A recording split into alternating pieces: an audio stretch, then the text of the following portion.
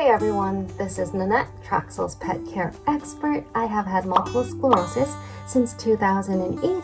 I am a certified professional dog trainer and I have been a veterinary professional since 1999.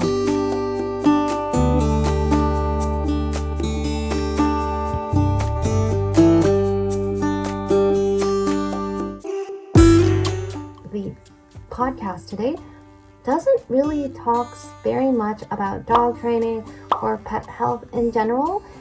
Rather, I want to share an idea with you that I have applied to myself recently, and I feel that it might be beneficial to you if you have MS or any other heat intolerant conditions such as diabetes, hypertension, heart disease, lung disease, kidney disease. If you are on medication that really makes your body unable to regulate your temperature.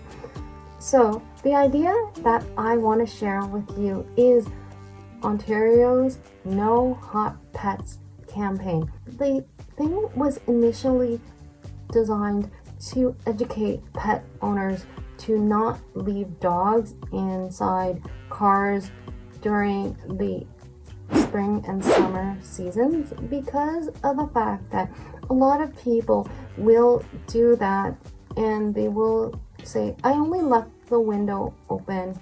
Thing is, when dogs do not tolerate heat that well at all, and a car can get really hot really quickly.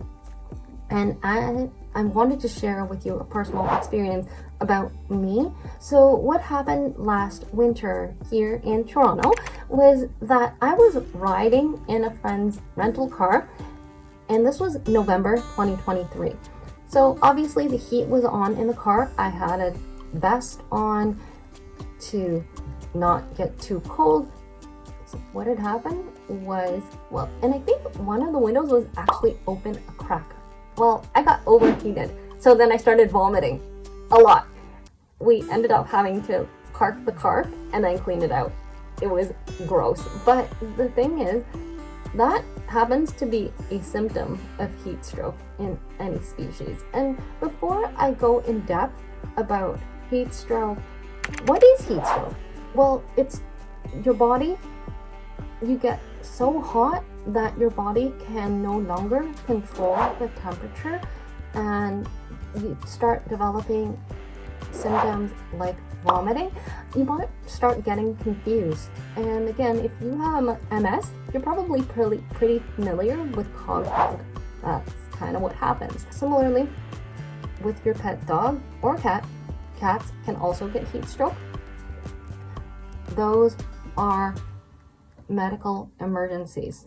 If you see those kinds of signs in your pet, cat, or dog, get them to the veterinary emergency clinic.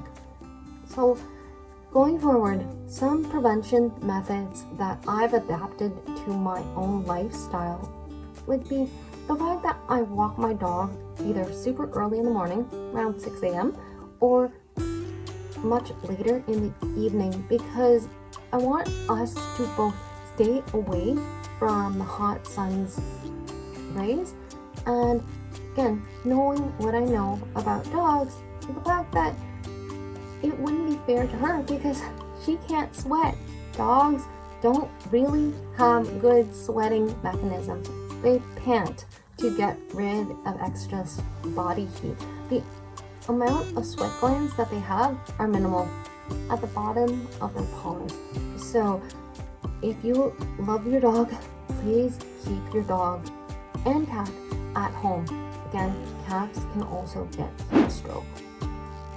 One thing I wanted to mention as well, for this prevention, make sure that you've got an area in your house that has shade for your pet to rest.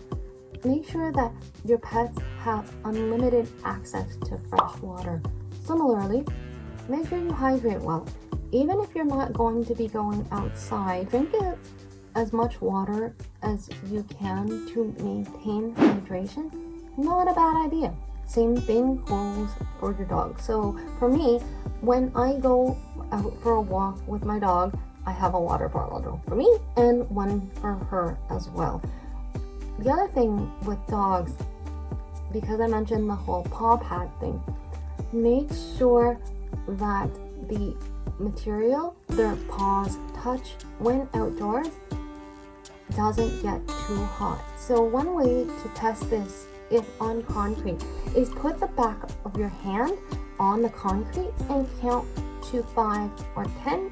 If it feels hot on the back of your hand, make sure to move your dog over to the grass, which is nice and cooler. Again, if the air temperature is too high, I don't think that makes that much of a difference.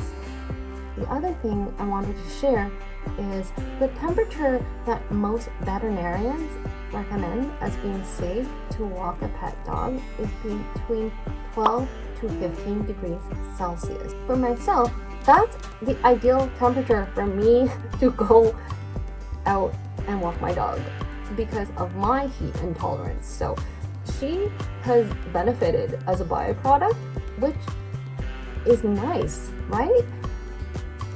I mean, it's not like I'm getting no exercise. It's the fact that I'm doing it within my abilities. So I'm just sharing that idea with everyone here. If you have any questions, do feel free to email me info@mytraxel.com, and I will be sharing more information about summer safety with your pets. Because of the fact that, well, summer and spring are fun times with each other, doesn't mean that it is just free. And actually, spring, summer might be the worst time for your own health if you have MS.